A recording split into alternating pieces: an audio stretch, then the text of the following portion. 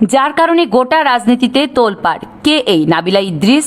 যার কারণে গোটা দেশের রাজনীতিতে তোলপাড় সে নারীর পরিচয় জানলে আপনিও অবাক হবেন। এছাড়া সম্প্রতি গুম নিয়ে আওয়ামী রাজনীতির সাথে জড়িত সেনাবাহিনীর এক কর্মকর্তার হৃদয় বিদারক বর্ণনা শুনলে আপনি চোখের পানি ধরে রাখতে পারবেন না। তাই পুরো ভিডিওটা মনোযোগ দিয়ে দেখার অনুরোধ রইল। সুন্দরবন থেকে দস্যুদের ব্যবহৃত একটি ট্রলার ঢাকার নিকটবর্তী নদীর তীরে রেখে দেওয়া হতো। ট্রলারটা সেখানেই থাকতো। গুম করা মানুষদের এখানে আনা হতো।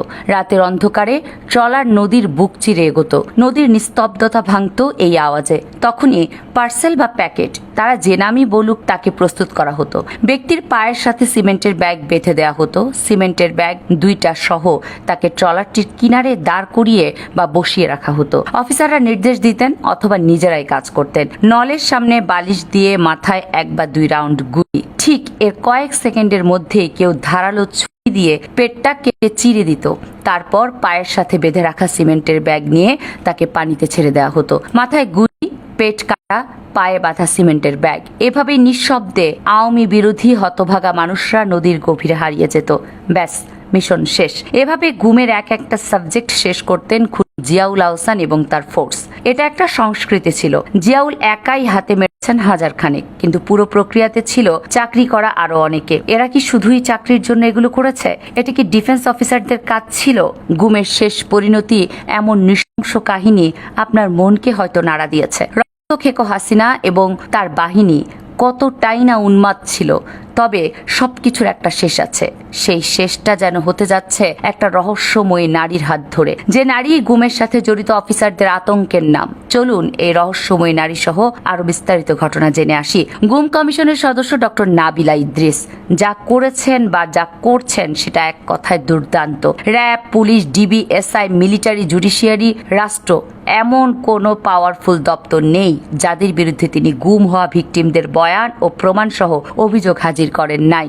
সবশেষ ডিজিএফআই এর সাবেক 5 মহাপরিচালক সহ পাওয়ারফুল বেশ কয়েকজন আর্মি অফিসারদের বিরুদ্ধে আন্তর্জাতিক অপরাধ ট্রাইব্যুনাল যে গ্রেপ্তারি পরোয়ানা জারি করেছে, তার পেছনে মাস্টারমাইন্ড এই নারী। নাবিলা ইদ্রিস প্রথম আলোচনায় আসেন ডিজিএফআই এর তৈরি আয়নাঘর পরিদর্শনের দিন। সেদিন ডক্টর মোহাম্মদ ইউনুস এবং তার প্রেস সচিব নিজে নাবিলার চমৎকার কাজের ভূয়সী প্রশংসা করেছিলেন। প্রেস সচিব শফিকুল আলম লিখেছিলেন, নাবিলা ইদ্রিস একজন বিশাল সাহসী নারী। তার কারণেই গুম নিয়ে এত বড় রহস্য উন্মোচিত হয়েছে। নাবিলার উন্মোচন করা বেশ কয়েকটি গুমের ঘটনা নিজের সামনে এনেছেন তিনি। নির্যাতিত ব্যক্তিদের সাথে সেখানে থাকা অফিসারদের ট্রমার ব্যাপারটিও সামনে এনে লিখেছেন। আমরা প্রতিনিয়ত ও ভিকটিমদের থেকে গোপন ডিটেনশন সেলে ভয়াবহ নির্যাতনের ঘটনা শুনি। এসব নির্যাতন প্রায়ই এতটা নিষ্ঠুর হয় যে তাদের শরীরে ও মনে ক্ষত তৈরি করে। কিন্তু মাঝে মাঝে কিছু ভিকটিম এমন ঘটনার বর্ণনা দেন যেখানে আচমকা এক ধরনের অস্বাভাবিক মানবতার ঝলক দেখা যায়। কখনো কোনো প্রহরী থেকে, কখনো কোনো অফিসার থেকে ভুক্তভোগীরা এসব মুহূর্ত ভোলেন না। নাবিলা বলেন, একজন তরুণ ছাত্র যিনি টর্চার সেলে আজ স্থায়ীভাবে অসুস্থ আমাকে বলেছিলেন যে টর্চারিং অফিসার মারতে মারতে 2টা লাঠি ভেঙে ফেলে। পরবর্তীতে 3য় লাঠিটি দিয়ে টর্চার চালিয়ে যায়। নির্যাতন এতটাই নৃশংস ছিল যে সে ঘরে থাকা 2 নারী অফিসার কান্নায় ভেঙে পড়ে ঘর থেকে চলে যান। যদিও তিনি অর্ধচেতন ছিলেন, সেই দুজনের কান্নার দৃশ্যটি তবু তার মনে গেঁথে আছে। আরেকজন বন্দী আমাকে বলেছিলেন, এক রাতে তিনি তাহাজ্জুদ পড়ছিলেন। তার সুরেলা তেলাওয়াত শুনে এক প্রহরী খুব কাঁদতে থাকে। অতঃপর ক্ষমা চাইতে চাইতে বলে, আমি জানি আপনারা নির্দোষ, কিন্তু আমি কিচ্ছু করতে পারছি না। পরবর্তীতে যখন বন্দীকে কিছু সময়ের জন্য সেল থেকে সরিয়ে আবার ফেরত আনা হয়, তখন সে প্রহরী আবেগাপ্লুত হয়ে বলেন, আপনি বেঁচে আছেন? আমি ভেবেছি আপনাকে মেরে ফেলতে নিয়ে গেছে, তাই আমি বাড়ি ফিরে নামাজে দাঁড়িয়ে আপনার জন্য কান্না করেছি। একজন অফিসারকে বলা হয়েছিল তার দায়িত্বপূর্ণ এলাকার অ্যাক্টিভ রাজনীতিবিদ কর্মীদের তালিকা তৈরি করার জন্য। পরে যখন তিনি জানতে পারলেন সে তালিকার প্রতিটি মানুষকে শহীদ করা হবে, তখন তিনি প্রচন্ড মানসিক ও শারীরিকভাবে ভেঙে পড়েন। কিন্তু কিছু গোপন বন্দিশালায় বন্দীদের জন্য বরাদ্দকৃত খাবারের পরিমাণ ছিল প্রহরীদের আনুমানিক অর্ধেক। কিন্তু এসব বন্দিশালার কিছু ভিকটিম আমাদের বলে, নিষ্ঠুর প্রহরী বহু ছিল, কিন্তু ভালো প্রহরীর ডিউটিতে থাকলে আমরা একটু বেশি খাবার পেতাম। প্রথমে ব্যাপারটা আমার কাছে খুব সন্দেহজনক ছিল, কারণ রেশন তো নির্দিষ্ট। তাহলে অতিরিক্ত খাবার কোথা থেকে আসে? কিছু সাক্ষ্য নেয়ার পরে বুঝতে পারি সম্ভবত অল্প সংখ্যক প্রহরী তাদের নিজেদের খাবার বন্দীদের দিয়ে দিত। হয়তো এসব ক্ষুদ্র ক্ষুদ্র কাজের মাধ্যমে কিছু মানুষ অপরাধবোধ থেকে মুক্তি পেতে চেয়েছে, এরকম নীরব প্রায়শ্চিত্ত করেছে। নাবিলা বলেন, এই প্রায়শ্চিত্ত বিষয় বিষয়টি নিয়ে আমি অনেক ভেবেছি। একজন জুনিয়র অফিসারকে একবার জিজ্ঞেস করা হয়, আপনি কি হত্যা করেছেন?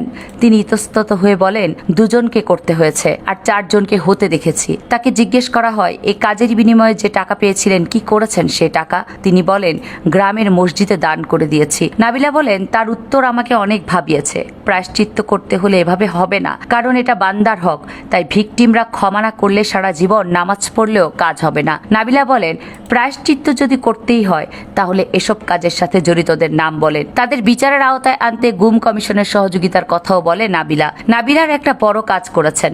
কোন দলের কোন সংগঠনের কতজন গুমের শিকার হয়েছে তাদের তালিকা তুলে ধরেছেন, যেখানে দেখা গেছে ছাত্রদল, যুবদল, ওলামা দল, তাঁতি দল, মৎস্যজীবী দল, মহিলা দল এবং জাতীয়তাবাদী দল সব মিলিয়ে গুমের মাত্র 37%। আর একটি মাত্র সংগঠন ছাত্র শিবির থেকে গুমের পরিমাণ 31%। জামাত সহ ধরলে যা বিএনপি থেকেও বেশি। অথচ বিএনপি ছাত্রদল বলে বেড়ায় শিবির নাকি গুপ্ত সংগঠন, যার কারণে শেখ হাসিনার আমলে হওয়া গুমের মতো একটা রহস্যময় ঘটনা ফাঁস করেছে সে নাবিলা ইদ্রিস আসলে কে, কি বা তার পরিচয়। 2024 সালের 8 আগস্ট ডক্টর মোহাম্মদ ইউনূস তার নেতৃত্বে অন্তর্বর্তী সরকার গঠনের পর আওয়ামী লীগের সময়ে গুম হওয়া ঘটনার বিচারে ওই বছরের 27 আগস্ট যে 5 সদস্যের গুম কমিশন গঠন করা হয় তারই একজন সদস্য ডক্টর নাবিলা ইদ্রিস। নাবিলা ইদ্রিস পড়াশোনা করেছেন ক্যামব্রিজ বিশ্ববিদ্যালয়, পরে শিক্ষক হিসেবে যোগ দেন ব্র্যাক বিশ্ববিদ্যালয়। নাবিলা ইদ্রিস আশুগঞ্জ পাওয়ার স্টেশন কোম্পানির পরিচালক পদে কর্মরত রয়েছেন। তবে সাহসী এই নারীকে এর আগে প্রশাসনে শিবির ঢোকানোর ব্লেম দিয়ে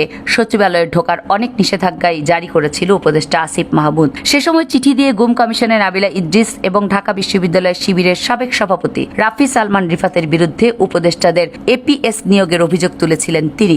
অথচ 24-এর 3রা আগস্ট এক দফা ঘোষণার সময়ও আসিফের ঠিক পেছনে দাঁড়িয়ে থাকা লোকটাই রাফি সালমান রিফাত। আর আন্দোলনের সময় পুরো পরিবারকে ঝুঁকিতে ফেলে উপদেষ্টা আসিফের নিজ বাড়িতে আশ্রয় দেওয়া নারী হলো নাবিলা ইদ্রিস। আসিফের এই চিঠি প্রকাশ পাওয়ার পর অনেকেই বিশ্বাস করেন বিএনপির লোকেরা নাবিলা ইদ্রিসকে জামাত শিবিরের বলে আখ্যা দিয়েছিল। অথচ আজ সেই নাবিলার সাহসী কাজের জন্যই তারা প্রশংসা করতে বাধ্য হচ্ছে। নাবিলারা এভাবেই নিজেদের প্রমাণ করে, জামাত শিবির এভাবেই কাজ করে, কাজের মাধ্যমে নিজেদের তুলে ধরে। দর্শক, নাবিলা ইদ্রিসকে নিয়ে আপনার কি মত কমেন্টস করে জানান। কামরুন নাহার, রাখি, কেএনআর মিডিয়া।